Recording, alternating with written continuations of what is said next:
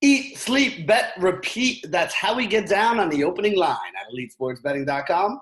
I'll be your host, Benny Ricciardi, and as we normally do on Friday, talk a little bit of soccer action here today. I got my man, Nick Frazier. You guys know him better as the Duke of DFS over at EliteSportsBetting.com and Elite Fantasy. Our soccer content expert. What is going on this morning, my man? Benny and the Jets. Man, isn't it nice to be able to talk about some sports right now and not everything else that's going on around the world? Look, let's just address it right off the bat here. Borussia Mönchengladbach stunk last weekend. That was the only thing that prevented us from going absolutely off. Otherwise, all the way around, a really good weekend. But I'm doing well, man. It's Friday. Good to be back 2 weeks in a row here doing the show. And if you haven't heard yet, we got a lot more soccer coming. EPL is going to come back the 17th. Serie A is coming back, I think, the 20th. La Liga is coming back around the same time. And EPL specifically is fitting 93 games in the space of like 34 days. So we got nothing but soccer coming up, Benny. Yep, rest in peace, Duke. Not resting in peace for about the next month or two or so. But, hey, you know what? It's going to be a good thing. I mean, listen, you guys have been sitting there saying, man, we're bored, we want some action. Well, things are starting to open back up now. We're going to get a whole bunch of action. As Duke just mentioned, there's going to probably be 200 soccer games over the course of the summer here that we can bet on at different points in time. Hopefully these baseball, owners and players can get on the same page and figure that out. NBA is apparently starting to, get back up at the beginning of June so that they can get the season back up in July. And as of now, everything's on pace for football to start on time as well. So, yes, we had a little bit of lull, but we are about to have probably the busiest sports summer we've ever had, even without the Olympics, which was supposed to be taking place right about now as well. So there's going to be a lot of stuff for you guys to bet on. Let's get that bankroll going in the right direction. And let's do that by talking a little bit about the Bundesliga this week and, anything you might see there, Duke. So go ahead. This is your forum. You take it away. Yeah, first things first, if you remember to last week's show, we're keeping an eye on a couple of different things. The good teams, because they have deeper sides, are having the advantage with all of these fixtures congested into a smaller time period. I think we're seeing that play out. Also, the home-away splits, we're keeping an eye on that. Last weekend, again, only one home team won. I believe, I'm looking through Saturday's games, I believe it was just Bayern Munich who beat Frankfurt 5-2 in an absolutely hilarious game. And then Sunday there were no home wins as well. Again, it's not like every single home team's a favorite, so it's not like massive upsets every single week, but we're taking away a little bit of that usual piece that we're putting into our models or our process there. But this weekend we got a lot of good games. Let's go specifically let's start with today. Freiburg, Bayer Leverkusen. This is a great opportunity here, and I wrote it up in my article over on EliteFantasy.com to grab some Leverkusen shares when people are down on them. Wolfsburg absolutely hammered them, took them behind the woodshed, smacked them on the ass there a little bit, and beat them with a really explosive offensive output. But we had to see some regression to the mean from Leverkusen. Wolfsburg's a really, really good defensive side. Freiburg or not. And the market has responded to last week more so than they should have. So Leverkusen sitting at minus 145 right now. The total's at 3. I can see both teams scoring, Benny, but, for a Friday afternoon bet, I'm probably leaning towards maybe taking the -1 goal line for Leverkusen at minus 115 just to reduce those odds there. I can see a multiple goal win here for Leverkusen. Don't really want to pay the 145 juice, but I think if you just want a winner, pay the juice and take Leverkusen to win.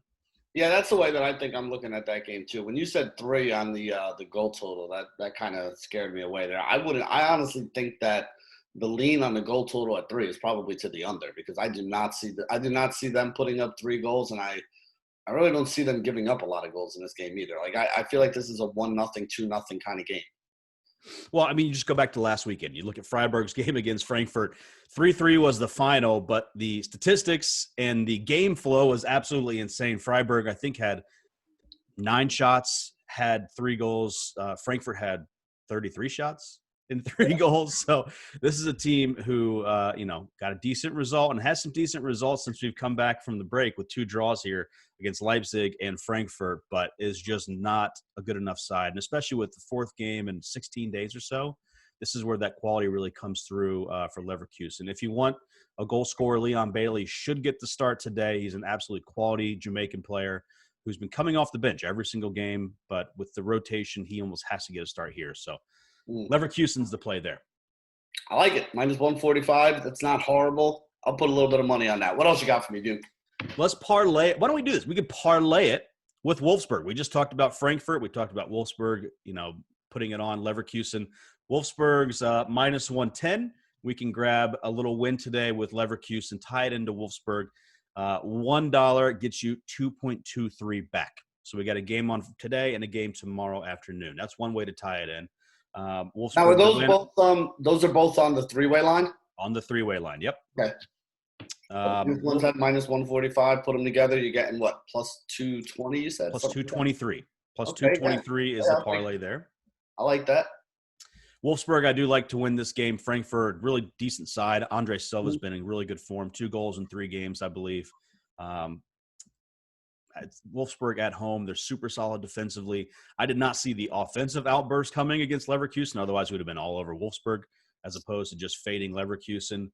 I think that was probably on the high end of their offensive output, getting 2 goals from a center back from set pieces, but they have enough certainly to keep Frankfurt off the score sheet and potentially get on them themselves. So minus 110 is a good price there.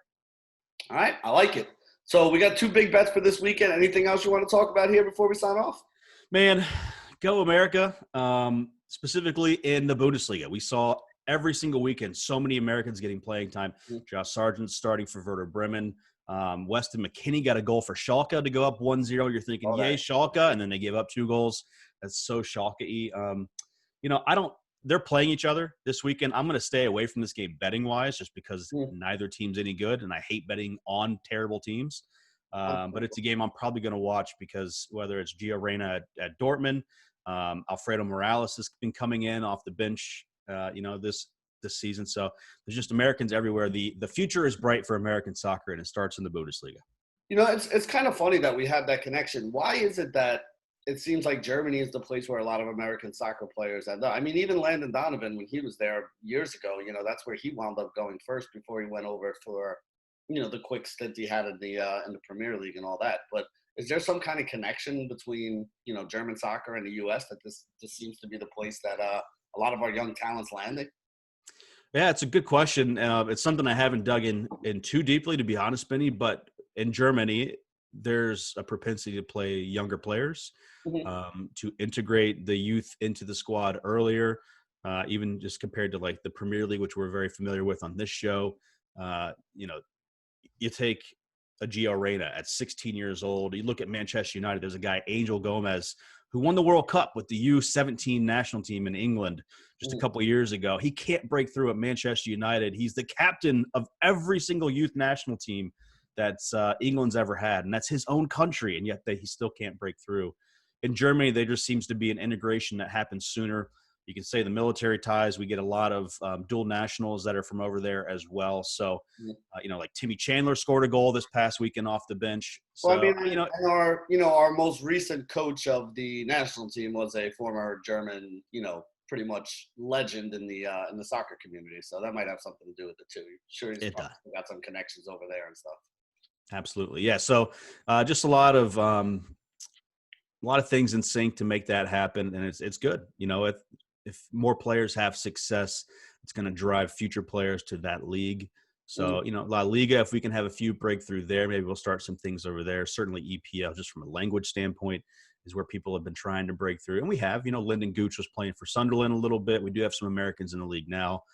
You go all the way back to the Fulham days when Fulham was USA Light, right, with Brian McBride and Clint Dempsey and the whole crew there, Casey Keller. So, Americans been breaking through for years now, but we're seeing not just 1, 2, 3, or 4, but hundreds of Americans playing overseas, and of course, that's the big difference. I mean, we used to have a handful of guys, 2 or 3 on the national team that were playing, big time European soccer, and now you're basically picking an entire squad out of guys that are playing in one country or another over there. So that's definitely moving us in the right direction. And you know what? We may actually be able to compete for a World Cup in our lifetime, Duke. What do you think? Just get there. Let's just get to the freaking World Cup first, man. That would be, Look, yeah. Let's crawl before we walk. I got you. we were supposed to have the Euros this summer. I was very much looking forward to that. The fact that we're not getting, 30 games and instead we're getting 200 games this summer is such a nice, pleasant surprise. It's going to lead us right into next summer with the Euros and then the next summer with the World Cup. Everything coming up soccer, Benny. Hey, not a bad thing over there. Oh, that wraps it up for today on the opening line. Make sure you get over to EliteFantasy.com. You can get all of Duke's DFS picks for, Bundesliga action tomorrow and for the EPO and La Liga and, Serie A as they come up in the next couple of weeks as well. Go ahead. You look like you have something to say. Go ahead. We have been smashing DFS as well. This is a betting show. Of course, you can get all my official plays over at EliteSportsBetting.com. Smashing DFS. One subscriber has hit for $1,000 and then 4 days later hit for $15,000. Took down the counter counter kick or whatever the hell the DK contest is called over there. The big one, $15 into $15,000. My boy Gustavo taking it all down and everyone else not far behind him. Hey, 1,001 return on investment. That's not bad. And remember, if you guys are looking to get in on the action, even with basketball, baseball, and everything else that's coming back recently, sign up for the VIP package at Elite Fantasy. Not only do you get all Duke's work at soccer, you'll get all my work at basketball and baseball when that comes up, along with the whole rest of the crew, Tommy G, Jeff Mans, everybody else that's over there and part of the family. So for Duke, this is Benny signing off for another episode of The Opening Line at EliteSportsBetting.com.